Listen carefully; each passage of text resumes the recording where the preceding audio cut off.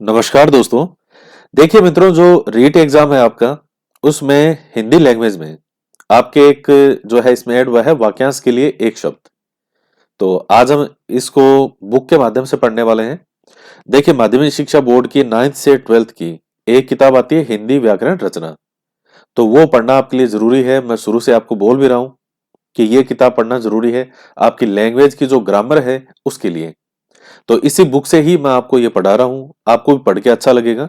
कोई हार्ड नहीं होती, चीजें सिंपल सिंपल होती है, लेकिन वहां एग्जाम में ये गलत नहीं होना चाहिए। तो अच्छे से ध्यान से सुनिएगा इसको। और एक बार यहाँ साथ में पढ़ने के बाद में आंखें बंद करके और फिर किसका क्या सही हो सकता है इस तरह से बोलने का प्रयास करें, ताकि जो वर्ड लगता है कि आप भूल जाएंगे या आप भूल रहे हैं तो वो भी आपका रिपीट हो सके।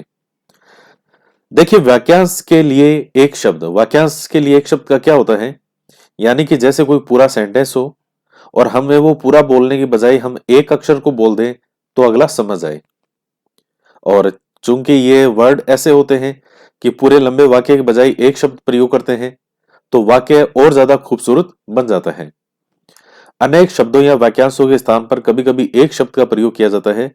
इसे भाषा में सौंदर्य आ जाता है और भाषा प्रभावशाली बनती है, जिसे आर पार देखा जा सके।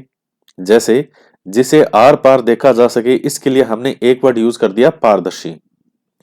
तो इस प्रकार से वाक्य रूपांतरण में भी इस प्रकार के शब्द उपयोगी होते हैं। ऐसे ही कुछ अनेक शब्दों के लिए एक शब्द जो है वो यहां दिए गए हैं। तो अब हम बात करते हैं सबसे पहला है सत्य बोलने वाला। तो जो सत्य बोलने वाला व्यक्ति होता है उसको हम कहते हैं सत्यवादी। दूसरा आता है जो सहनशील हो उसे कहा जाता है सहिष्णु।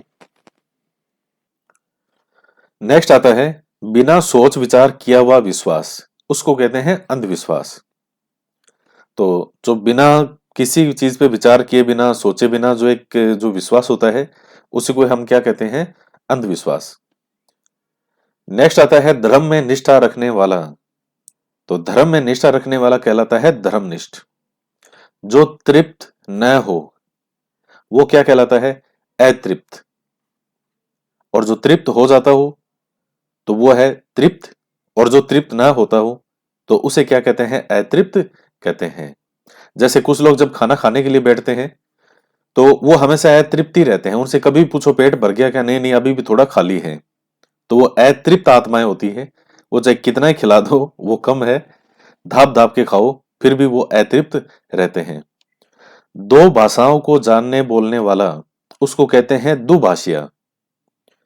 तो ये पॉइंट आप ध्यान में रखिएगा, ये मोस्ट है। दो भाषा जानने बोलने वाले को हम क्या कहते हैं, दुभाषिया कहते हैं। नेक्स्ट है जिसको अनुभव हो उसे क्या कहते हैं, अनुभवी। तो किसी कार्य का, किसी ज्ञान का, नॉलेज का, किसी भी चीज का जिसको अनुभव हो उसको क्या कहते हैं, अनुभवी कहते हैं। जैसे आप कई बार देखते हैं कि कोई डॉक्टर होता है, कोई एडवोकेट है, कोई शिक्षक है। वहां ये चीजें होती है जहां कई बार अनुभव के बारे में बात की जाती है। जैसे कोई डॉक्टर है, एक डॉक्टर को मान लीजिए 2 साल हुए हैं देखते हुए पेशेंट को, और एक डॉक्टर 25 सालों से देख रहा है। तो वो सीधा देखते ही माइंड में ये आता है कि ये 25 सालों से जो देख रहा है ये पता नहीं कितना शानदार डॉक्टर होगा। वह एक अनुभव, कई जगह ऐसी होती है जहां अनुभव जो है वो सामने वाला ये देखता है कि अनुभव जो है उसके आधार पर फिर वो तय करता है कि उसको कहाँ जाना है। तो अनुभव भी मायने करता है। जो कम खाता हो उसको कहते हैं अल्पाहारी। तो जो कम खाता हो उसको क्या कहते हैं, अल्पाहारी। जैसे आप में से कई ऐसे होंगे जो मुश्किल से सुबह एक रोटी खाते हैं, शाम को एक रोटी खाते हैं। भले ही आवश्यकता आपकी 4 रोटी की हो, लेकिन कई फिर भी कम खाते हैं। और कईयों की जो डाइट है वो होती कम है। तो जितना पेट को मिलना चाहिए उसके कंपैरिजन में कम खाना वो होता है अल्पाहारी। जब वेट लॉस करना होता है तब आपको क्या बनना पड़ता है, अल्पाहारी। तभी वेट कम होता है। कई क्या करते हैं, वेट कम करने के लिए एक्सरसाइज तो खूब करते हैं, लेकिन वो डाइट में कोई कमी नहीं करते, उल्टी का डाइट बढ़ और जाती है। तो उनका वेट भी और बढ़ जाता है। फिर वो देखते हैं कि हमारा तो वेट कम होना चाहिए था, ये बढ़ा क्यों है? क्योंकि आपने खाने में कोई कमी नहीं की। जिसके आने की तिथि निश्चित न हो उसको क्या कहते हैं? अतिथि। अतिथि यानी जिसके आने की तिथि निश्चित ना हो। कई बार मान लीजिए कोई घर पे आपके गेस्ट आने वाले, आपको पता भी नहीं कौन आएगा, अचानक किसी ने बेल बजाई, आपने जो ही गेट खोला और सामने कोई 4-5 जने आपके नॉन, चाहे आपके जानकार, और भिड़ते ही आपके दिमाग में, अरे ये कहां से आ गए? अतिथि, आपको पता नहीं था। और जो बता करके आता है वो होता है मेहमान, ताकि उनके आने से पहले आप मेंटली प्रिपेयर होते हैं कि भाई ये लोग आने वाले हैं। तो जो बता करके आते हैं वो मेहमान होते हैं, और अतिथि वो होते हैं जिनके बारे में पहले पता नहीं होता, जो अचानक सीधे घर पे आके बैल ही बजाते हैं कि देखो साहब हम तो आ गए। तो वो अतिथि हैं। जिसे क्षमा ना किया जा सके वो होता है असम्य। कहते हैं ना कई बार कि तुमने असम्य अपराध किया है। महाभारत, रामायण, उनमें आपको बहुत बार ऐसा वर्ड सुनने को मिलेगा, असम्य अपराध। यानी तुम्हारा जो अपराध है वो सब में नहीं है। जिसका मूल्य न आंका जा सके, अमूल्य। कुछ चीजें ऐसी होती है जिनका मूल्य आप नहीं आंक सकते।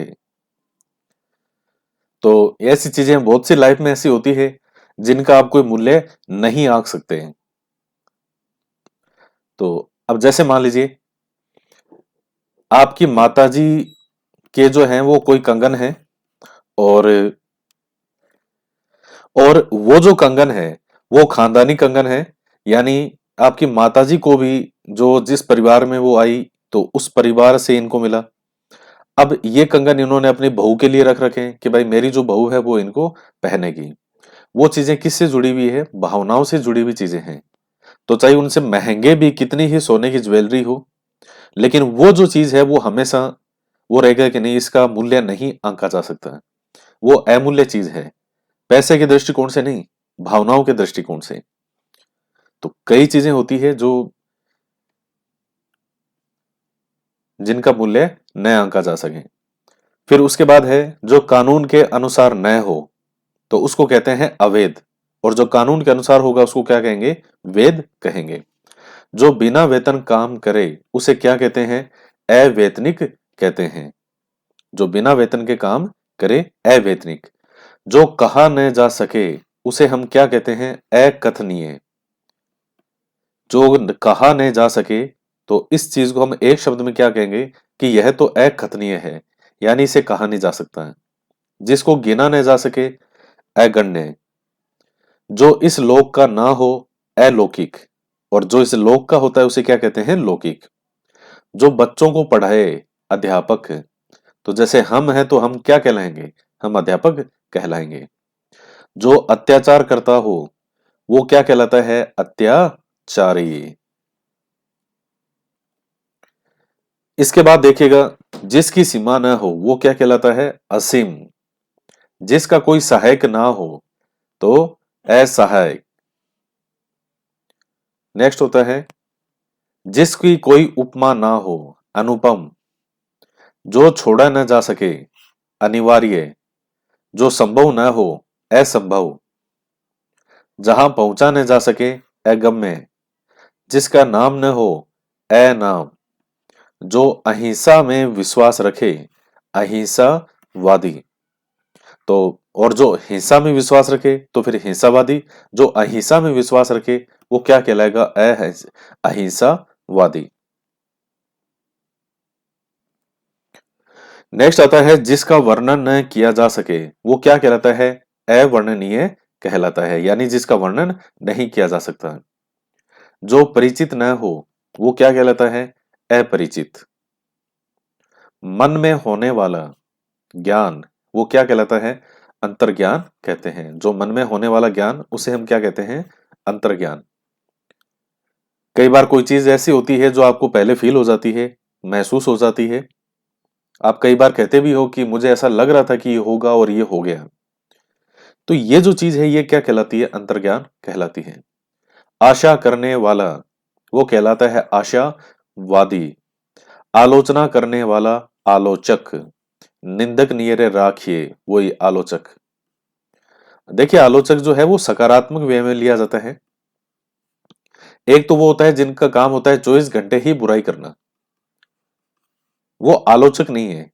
वो खार खाए हुए ईर्ष्या द्वेष जो है इस तरह के अवगुणों से युक्त व्यक्ति होते हैं।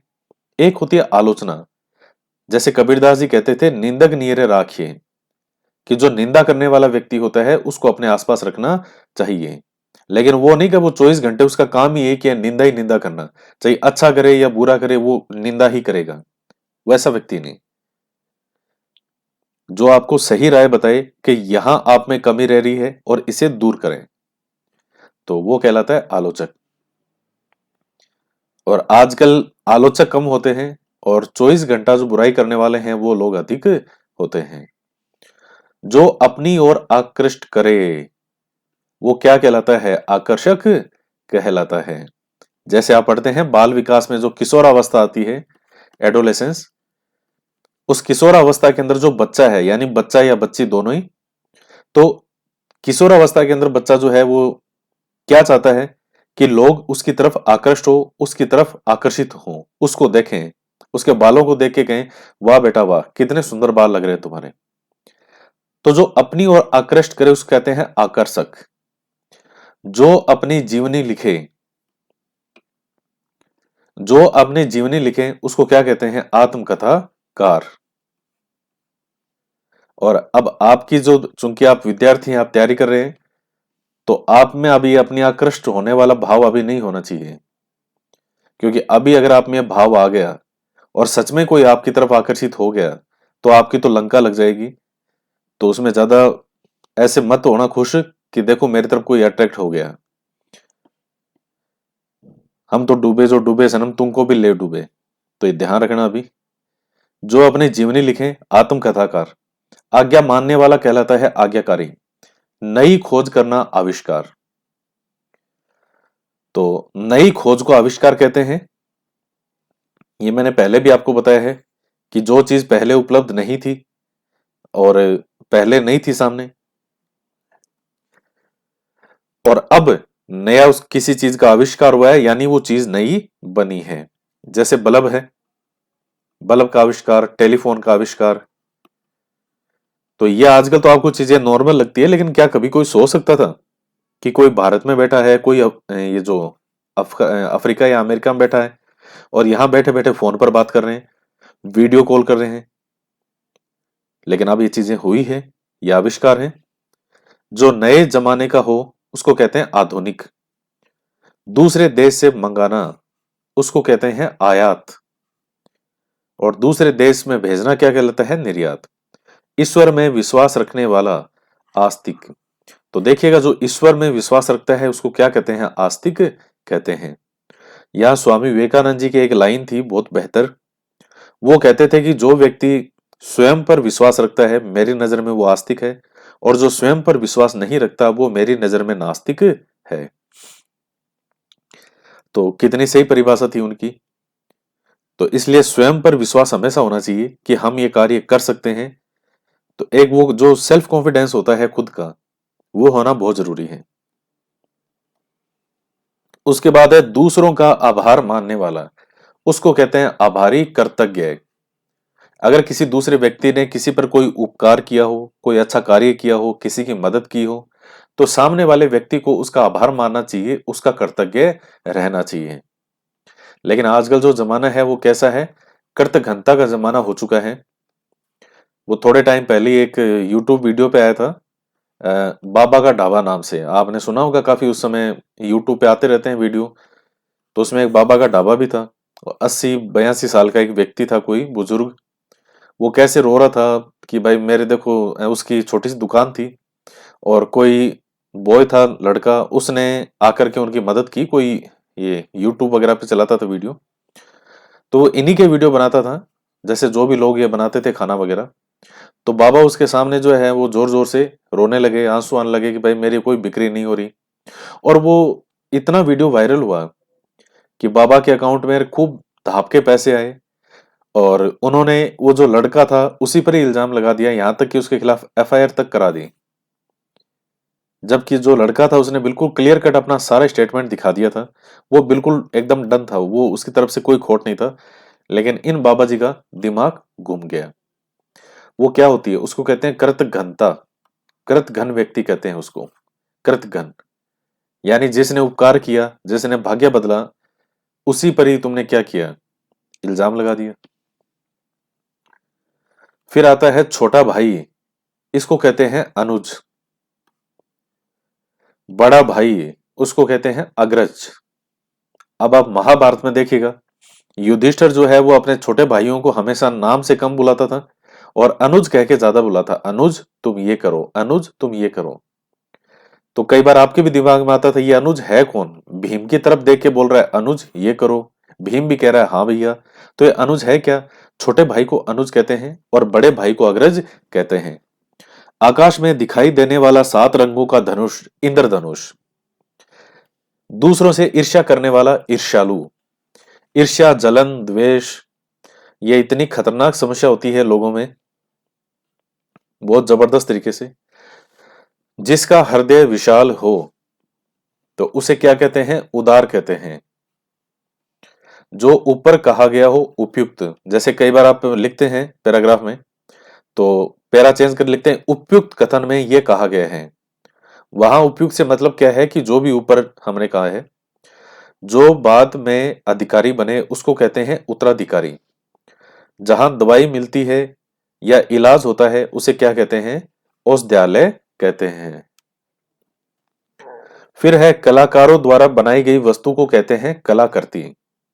जो अपने काम में होशियार हो उसे कहते हैं कार्यकुशल। तो कार्यकुशल क्या होता है, अपने काम में होशियार होना। जैसे अगर कोई मिठाई बनाता हो तो उसको अपने कार्य में कुशल होना चाहिए। आप देखते हैं कि कुछ शॉप वाले जो हैं वो काम बहुत बेहतरीन करते हैं और कुछ शॉप वाले ऐसे हैं जिनके पास आप एक बार जाओगे तो दोबारा उसके पास कभी नहीं जाना चाहोगे, अगर कोई मजबूरी ना हो तो। ये होती है कार्य कुशलता। अगर कोई व्यक्ति दही भी बेचता है अपनी दुकान पे, वो भी अगर अच्छा दही बेचता है तो भी उसके पास लोगों की भीड़ लगी रहेगी। तो आपका जो भी कार्य हो उसमें आपको कुशल होना चाहिए। जो कार्य कष्ट सहन कर किया जाए, कष्ट सहन कर वो होता है कष्ट साध्य। ये इंपॉर्टेंट है काफी। मतलब कोई कार्य कष्ट सहन करके भी किया जा रहा है। जैसे सच की जो लड़ाई होती है वो कष्ट सह के होती है। जैसे हमारे देश की आजादी के लिए इतने वीरों ने अपना बलिदान दिया, तो वो देश की आजादी के लिए लड़ रहे थे, इतना महान कार्य कर रहे थे, लेकिन उनको झेलना क्या पड़ा, देखना क्या पड़ा, उन सबको कष्ट देखने पड़े अपने जीवन में। यहां तक कि कितने ही क्रांतिकारी लाखों की संख्या में होंगे जिन्हें फांसी पर चढ़ा दिया गया। मिट्टी के बर्तन बनाने वाला वो क्या कहलाता है, कुम्हार। तो मिट्टी के बर्तन बनाने वाले को हम कहते हैं कुम्हार कहते हैं। उसके बाद में आता है गलत मार्ग पर चलने वाला, तो उसे क्या कहते हैं, कुमार्गी। जो गलत मार्ग पर चलता है उसको कुमार्ग कहते हैं। ऊंचे कुल में जन्म लेने वाला कुलीन कहते हैं उसको। तेज बुद्धि वाला, कुशागर बुद्धि। आप में से बहुत से बच्चे हैं जो कुशागर बुद्धि होंगे, कोई चीज को एक दो बार पढ़ते हैं और उनको याद हो जाती है और समझ में भी आ जाती है। किए गए उपकार को मानने वाला कृतज्ञ है। दूसरों के उपकार को न मानने वाला कृतघ्न। जैसे वो बाबा का ढाबा, तो वो व्यक्ति किस श्रेणी में आएगा, कृतघ्न की श्रेणी में। बुरे कामों के लिए प्रसिद्ध, उसको कहते हैं कुख्यात। कई बार जैसे कोई अपराधी होता है या कोई भी, तो उसके पीछे लिखा, आगे लिखा होता है कुख्यात अपराधी। जो कड़वा बोलता हो उसे क्या कहते हैं, कटु भाषी।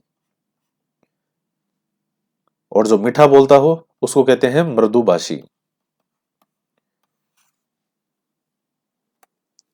जैसे आपकी मान लो शादी होने वाली हो, तो उस समय जो वर्ड आपसे निकलेंगे वो सब मीठे मीठे निकलेंगे। सामने वाली पार्टी भी जो बोलेगी वो भी मीठे मीठे वर्ड बोलेगी, कैसे हो, क्या कर रहे हो, खाना खा लिया क्या, चाय पी ली क्या। और वही वर्ड शादी के बाद में क्या लगने लगेंगे, चाय पी कि नहीं पी, कब से बैठी बना के बैठी हूं, ऐसा नहीं चाय पी लो। मेरे से ऐसा नहीं है सुबह सुबह उठते ही चाय बनवाओ। तो वो जो पहले मृदुभाषी वही व्यक्ति बाद में कौन सी भाषा में बदल गया? कटुभाषी में। तो जो कड़वा बोलता है उसको क्या कहते हैं? कटुभाषी। नेक्स्ट है, जहां कल पुर्जे बनाए जाते हैं उसको क्या कहते हैं? कारखाना। भाई कोई भी मशीनरी है उसके कल पुर्जे वगैरह कहाँ बनाए जाएंगे? ऐसा तो है नहीं कि छोटी सी दुकान है उसमें इधर सामान बेच रहा है साथ ही साथ बना ली, नहीं, उसको कहते हैं कारखाना। जो अंदर से खाली हो, खोखला। तो जो अंदर से खाली है उसको क्या कहते हैं? खोखला कहते हैं। जिसके हाथ में चक्र हो, चक्र पाणी। जो किसी को न सुहाता हो, खटकना। जैसे आपके जीवन में कोई ऐसे भी व्यक्ति होंगे जो बिल्कुल आपको नहीं सुहाते होंगे। आपने कई बार बोला होगा कि ये व्यक्ति मेरी आंख में बहुत खटकता है, मैं इसको देख लूं तो बस पूछो मत मेरी क्या हालत होती है। तो जो किसी को न सुहाता हो उसको एक वर्ड में कहना चाहे तो क्या होता है? खटकना। सामान खरीदने वाला क्या कहलाता है? ग्राहक और खरीदार। ये देखिए वाक्यांशों के लिए एक शब्द जो है ये मेरे फेवरेट रहे। मैं 10th क्लास में और 12th क्लास में, तो दोनों में मेरे हिंदी के अंदर बहुत अच्छे मार्क्स आए थे, हमेशा अच्छे आते थे। दोनों बार ही मेरी जो 10th में और 12th में डी लगी थी, यानी डी जिनके 75 नंबर या 75% से ऊपर नंबर होते हैं किसी सब्जेक्ट में, तो उसमें डी लगी होती है आगे। तो उसको बहुत अच्छा मानते थे कि अच्छा डी लगी है यानी 75 से तो ऊपर है। तो 10th में भी मेरे डी लगी, 12th में भी डी लगी बोर्ड के एग्जाम में। ये वाक्यांशों के लिए एक शब्द मैं बहुत पढ़ता था, ये मुझे बहुत अच्छे लगते थे ये। हिंदी भी मेरा फेवरेट सब्जेक्ट रहा है शुरू से ही। हिंदी और मैथ ये शुरू से ही बहुत फेवरेट रहे हैं मेरे। मैथ में भी बहुत शानदार नंबर आते थे। गणित के बारे में जानने वाला उसको कहते हैं गणितज्ञ। जो गणना योग्य हो, गणे या गणनीय, ये ध्यान में रखिएगा, इन दोनों में आपको वो कंफ्यूज कर सकता है। वो कई बार लिख देगा जो गणना योग्य हो और ए ऑप्शन में लिख देगा गणितज्ञ। तो ये मिलते जुलते से नाम है तो ध्यान रखिएगा। गणित के बारे में जानने वाला, यहां बात हो रही है व्यक्ति की और यहां बात हो रही है उस विषय वस्तु की जिसके बारे में हमें गणना करनी है। आकाश को छूने वाला, गगनचुंबी। जो गुप्त बातों का पता लगाए वो कहलाता है गुप्तचर। तो आज भी आप देखते हैं कि देश की सुरक्षा के लिए गुप्तचर जो है वो आज भी होते हैं। और पहले का जो जमाना था मौर्य काल में, उस समय भी गुप्तचर थे। तो बिना गुप्तचर के तो कोई जो है वो कुछ भी नहीं कर सकता, चाहे सेना हो चाहे पुलिस हो। अगर गुप्तचर व्यवस्था नहीं है तो फिर इनके बिना कोई भी चीज संभव नहीं है। नेक्स्ट आता है छिपाने योग्य बातें जिसको कहते हैं गोपनीय।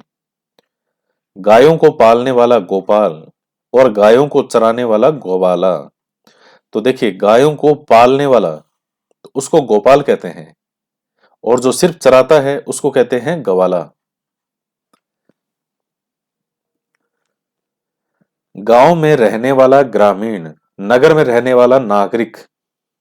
तो गांव में रहता है उसको ग्रामीण कहते हैं, नगर में रहने वाले को नागरिक कहते हैं। बीमार का इलाज करने वाले को कहते हैं चिकित्सक। जो चित्र बनाता हो उसको कहते हैं चित्रकार। चक्र के आकार में सेना की रचना करना चक्रव्यूह है। यह आपने उस समय देखा होगा महाभारत के अंदर, जब अभिमन्यु जो होता है उसको उस चक्रव्यूह को भेदना आता था लेकिन बाहर निकलना नहीं आता था। क्यों? तो आप देखिएगा, देखिए कितनी शानदार चीजें होती है, आप किस चीज को कहां से भी कनेक्ट कर सकते हो। महाभारत काल कितने वर्षों पहले लिखा गया, कितनी बातें उसमें लिखी गई कि जब अर्जुन अपनी पत्नी को, जब ये जो अभिमन्यु है माता के गर्भ में था, तो चक्रव्यूह को कैसे भेदना होता है ये अपनी पत्नी को बता रहे थे। इनकी पत्नी को नींद आ गई। कहां पर? जब उन्होंने ये बताया कि कैसे जो है उस चक्रव्यूह के अंदर प्रवेश करते हैं। बाहर निकलने की जो विधि थी वो पत्नी ने सुनी नहीं क्योंकि उसको नींद आ चुकी थी। तो अभिमन्यु का जन्म होता है, उसके बाद वो बड़ा होता है और जब महाभारत का युद्ध चल रहा था तब उस चक्रव्यूह को भेजने के लिए अभिमन्यु अकेला योद्धा था जो उस चक्रव्यूह को भेज सकता था लेकिन वापस बाहर नहीं आ सकता था। और इस चीज को आप आज के बाल विकास से जोड़िएगा।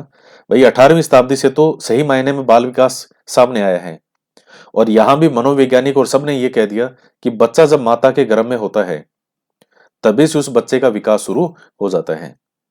वो 9 महीने का जो समय है माता के गर्भ में, उसी समय से वो महिला किस तरह की बातें करती है, किस तरह के उसके विचार होते हैं, गुस्से हो, जैसे गुस्सा ज्यादा आते हो, या जैसे ये जो मूवीज वगैरह है उसमें फाइटिंग वाली मूवी ज्यादा देखती हो जिसमें लड़ाई, या जैसे ऐसी फिल्में जिनको देख के क्या लगे, डर लगे, भूत प्रेत वाली फिल्में देखती हो, तो क्या उसका प्रभाव बच्चे पर नहीं होगा?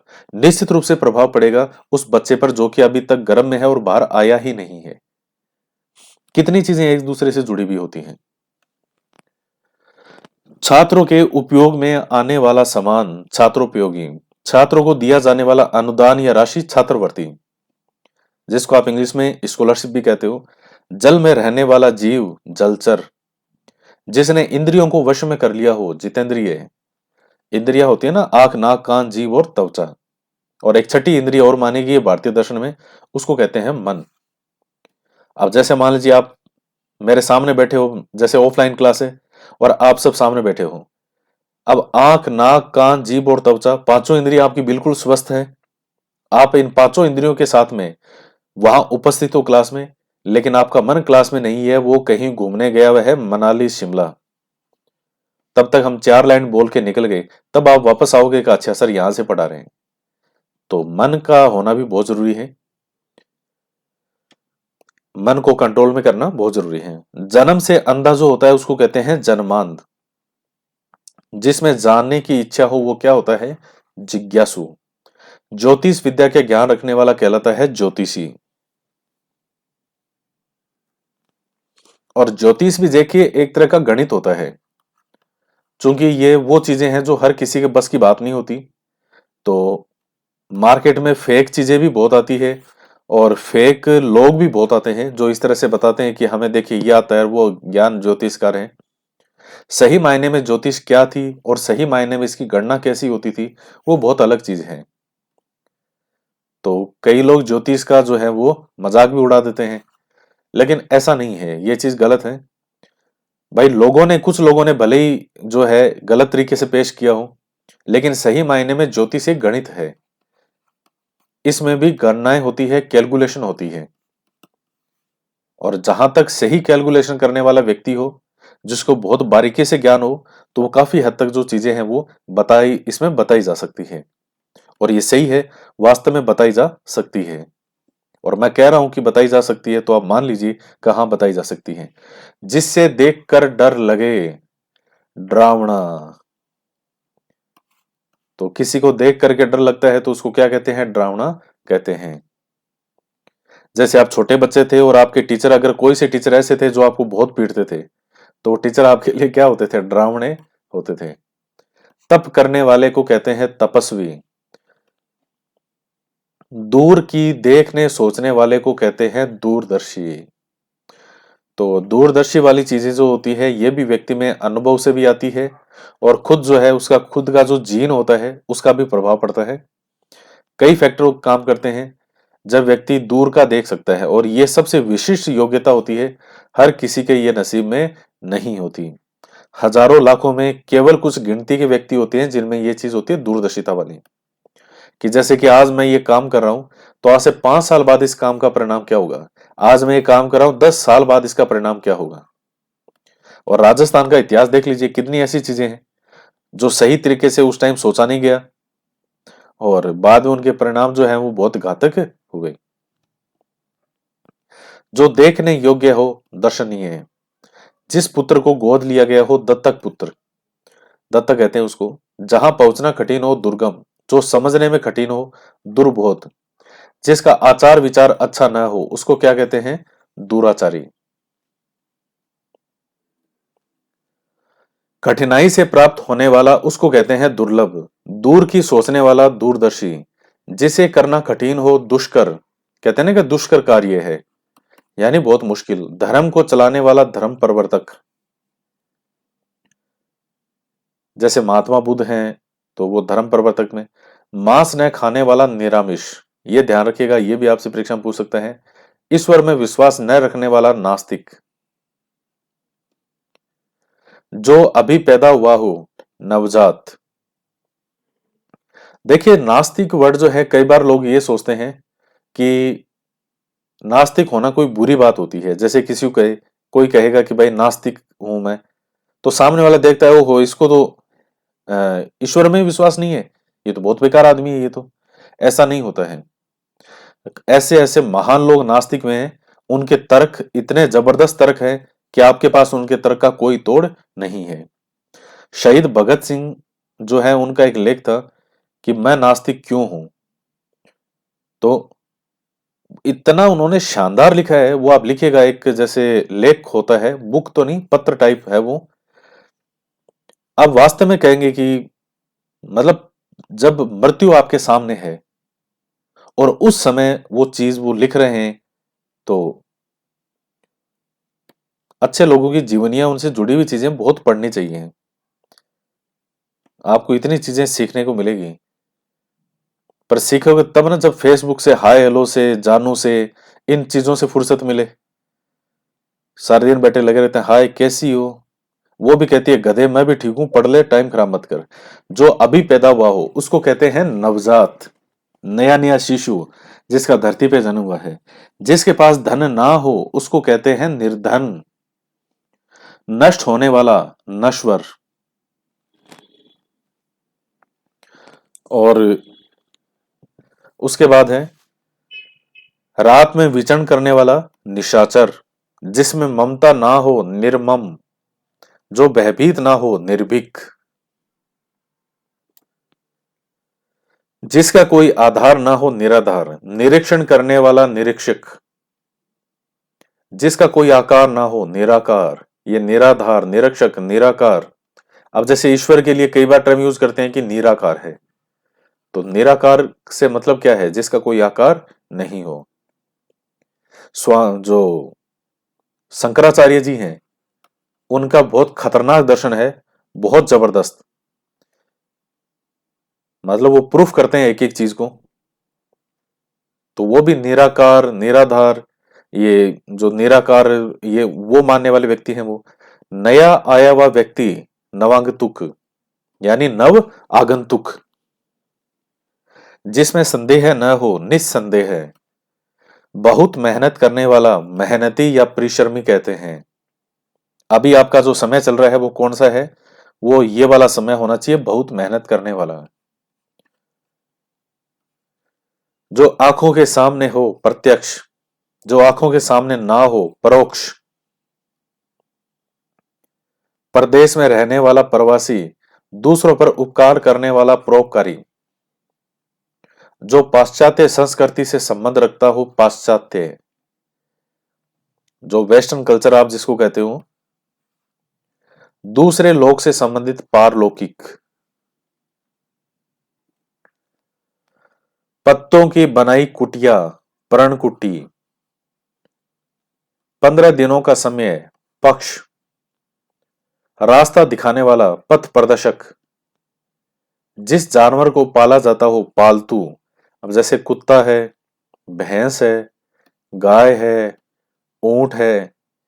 ये सब कौन से पशुओं में आते हैं? ये पालतू पशुओं में है। बकरी है, आप इनको पाल सकते हो। शेर के लिए कभी सुना है कि पालतू पशु है वो? नहीं। तो जिसको पाल सकते हो उसको क्या कहते हैं? पालतू। पुराने जमाने का, इसको कहते हैं प्राचीन। प्रशंसा करने योग्य, प्रशंसनीय। पुस्तकों के लिए घर, तो पुस्तकालय। इस पुस्तकालय से भी प्रेम करना चाहिए आपको। अच्छी अच्छी किताबें, पुस्तकालय में इतनी किताबें होती हैं।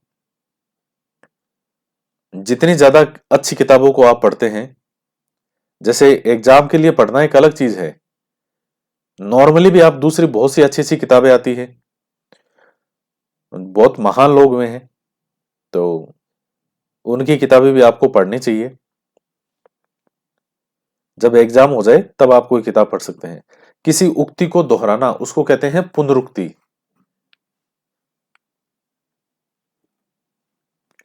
दूसरों पर आश्रित रहने वाला, परावलंबी। ये मोस्ट है, आश्रित वाला इंपॉर्टेंट है, ध्यान रखिएगा इसको। परावलंबी कहते हैं।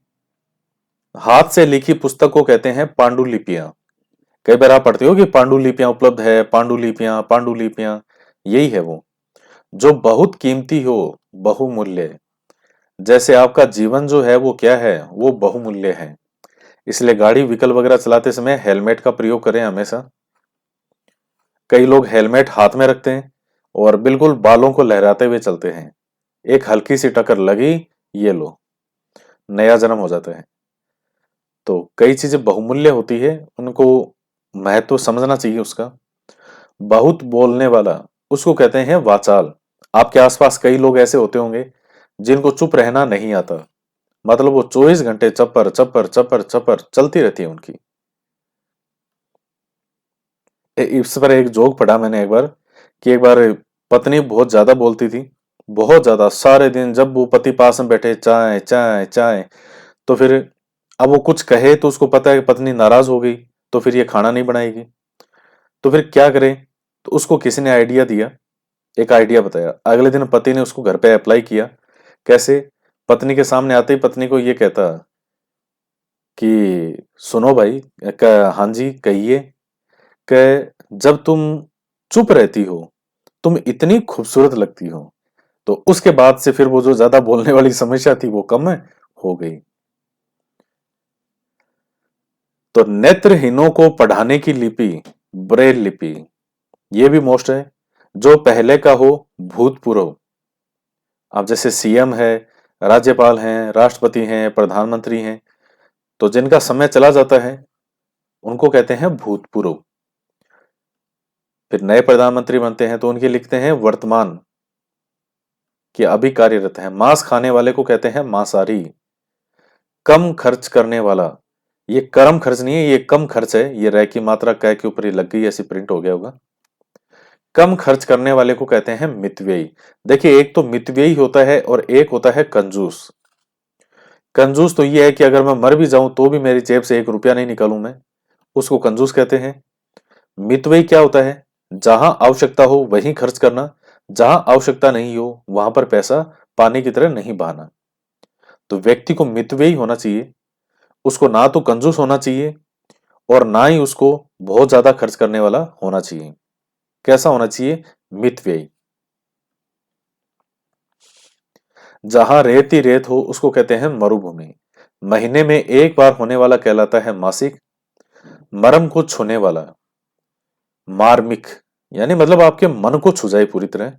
लकड़ी काटने वाले को कहते हैं लकड़हारा, और जो लोगों का प्रिय हो उसको कहते हैं लोकप्रिय। वर्णों की माला सूची वर्णमाला। फिर आता है वर्ष में होने वाला वार्षिक। जिसका विवाह हो गया हो विवाहित। विष्णु का उपासक वैष्णव। जिसका विश्वास किया जा सके विश्वसनीय। हंसी मजाक करने वाला विदूषक। जैसे वो एक सीरियल आता है ना, वो comedy night with Kapil Sharma, Kapil Sharma वाला, तो उसको क्या कहते हैं? विदूषक कहते हैं, जो हंसी मजाक करने वाला हो। आपके आसपास भी कई लोग ऐसे होते होंगे जो हमेशा खुश मिजाज रहते हैं, हमेशा कोई ना कोई जोक उनके रहता ही है। ऐसे लोग हमारे आसपास होने बहुत जरूरी हैं। वरना कई तो ऐसे होते हैं कि उनकी हंसी तो छोड़िए, उनके चेहरे पे हमेशा 12 बजे रहते हैं। उठे तो 12 बजे, सोए तो 12 बजे, दिन में मिले तो 12 बजे रहते हैं। जो कानून द्वारा मान्य हो वैधानिक कहते हैं। शक्ति का उपासक शाक्त, शिव का उपासक शिव। तो शक्ति जो है वो माता पार्वती के लिए कहा जाता है। जो सगा भाई हो उसको कहते हैं सहोदर। एक ही जाति के लोग सहजातीय, जहां एक ही जाति हो। जो याद रखने योग्य हो उसको कहते हैं स्मरणीय। अच्छे चरित्र वाला हो चरित्रवान। सप्ताह में होने वाला साप्ताहिक। सत्य बोलने वाला सत्यवादी। संगीत का ज्ञान रखने वाला संगीतज्ञ।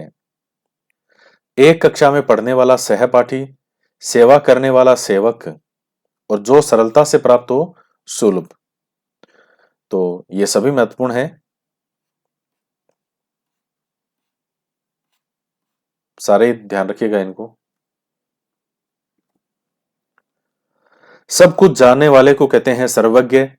जो हर स्थान पर हो सर्वव्यापक। जो सहन करने में समर्थ हो सहनशील। जो स्वयं सेवा करता हो स्वयं सेवक।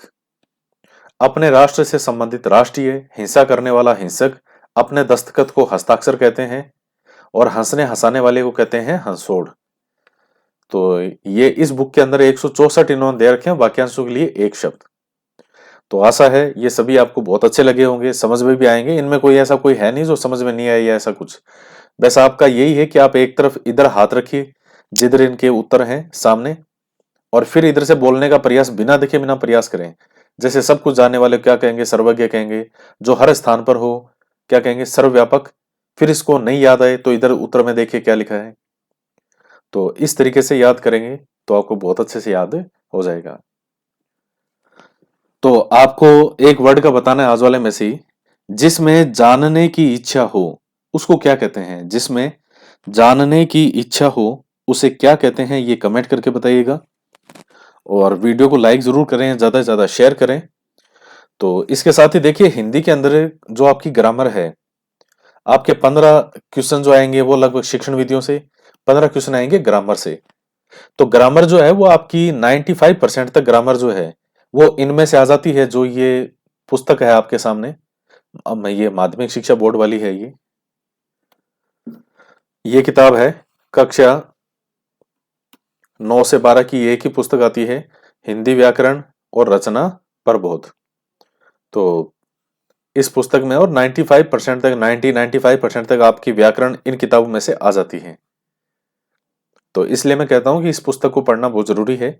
और ये एक ही पुस्तक आती है, 9 से 12 लिखा होता है, लेकिन ये चलती ये एक ही है इन सब में। तो इसी प्रकार से जो भी मुझे मोस्ट लगेगा उसमें हम यहाँ बात कर लेंगे। देखिए एक दो बार देखने से सुनने से क्या वो चीज याद रहती है। एक बार जैसे यहाँ सुन लिया, अच्छे से सामने देख लिया, फिर आपसे एक दो बार रिविजन करो। और क्वेश्चन आएंगे इन्हीं में से, जिस दिन पेपर आएगा आप उस दिन मिलान कर लेना। 90% आपकी ग्रामर इस पुस्तक में से आएगी, इसी किताब में से। बाकी 10% तो देखिए बाहर से तो वो कुछ देता ही है, फिर जरूर थोड़ी हमेशा इसी में से आए। भाई 90% तक तो इनमें से आएगा, लेकिन बाकी 10% की तो कोई गारंटी नहीं होती, कहीं से भी दे सकता है। अगर मुझे ही पेपर बनाना हो तो मैं तो 10% कहीं और से दूंगा। मैं उसमें भी 2-3 क्वेश्चन ऐसे दूंगा जो आपको बिल्कुल नहीं आते होंगे, आपने कभी देखे ही नहीं होंगे। तो ये पेपर बनाने का एक तरीका होता है कि किस तरह से पेपर बनता है। तो आज की क्लास में इतना ही। तो मिलते हैं नेक्स्ट वीडियो में एक नए टॉपिक के साथ। जय हिंद, जय भारत।